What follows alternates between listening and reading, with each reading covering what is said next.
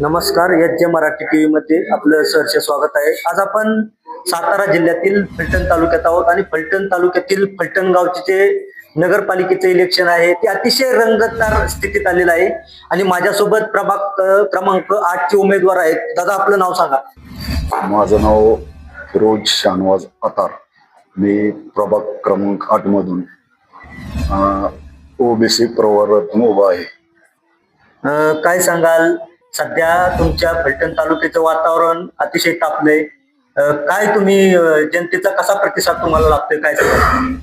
वातावरण तापले, इलेक्शनचं ठीक आहे, पण आमचे नगराध्यक्ष पदाचे उमेदवार शमशेर सिंह नाईक निंबाळकर हे प्रचंड बहुमताने निवडून येणार आहे. आम्हाला जनतेचा प्रचंड चांगला प्रतिसाद आहे. आम्ही 4-5 वर्षात जनतेची भरपूर कामे केलेली आहेत. कामाच्या स्वरूपात आणि जनतेसमोर लिहिलेलं आहे. आम्ही बांधकाम योजना असेल, वयश्रू योजना असेल, महिलांसाठी नवरात्र मोफत दूध वाटप असेल, असे भरपूर सामाजिक कार्य केलेले आहेत. त्या दृष्टीने आम्ही जनतेसमोर मत मागण्यासाठी गेलेलो आहे. तरी आम्हाला जनतेचा चांगला प्रतिसाद आहे. कुठले मुद्दे असे आहेत की तुम्ही निवडून आल्यानंतर प्राधान्याने सोडवणार आहात, काय सांगाल? काय ज्या मूलभूत गरजा आहेत माणसांच्या, रस्ते, पाणी, ड्रेनेज लाईन,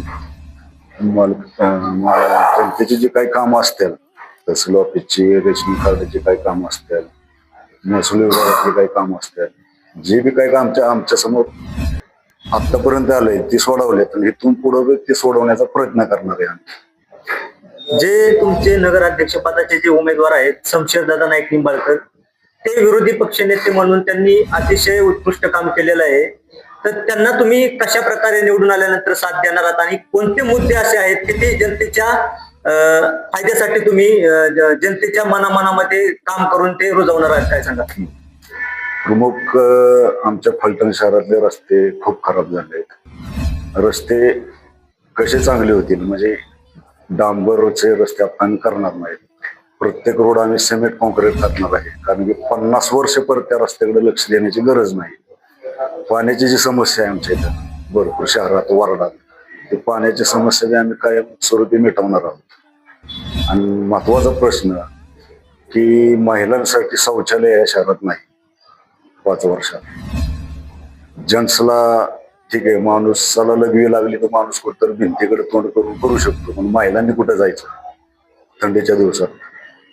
तर प्रामुख्याने आम्ही महिलांसाठी शहराच्या प्रत्येक चौकात आणि वार्डात शौचालय उभे करण्याचा आमचा मानस आहे. नक्कीच हे होते प्रभाग 8 चे उमेदवार. त्यांनी असं सांगितलं की आम्हाला जनतेने जर निवडून दिलं तर आम्ही मोठ्या प्रमाणावरती शमशेरदादा नाईक निंबाळकर जे आहेत त्यांच्या मार्गदर्शनाखाली काम करू आणि फलटणच्या जनतेचा विश्वास संपादन करू. धन्यवाद.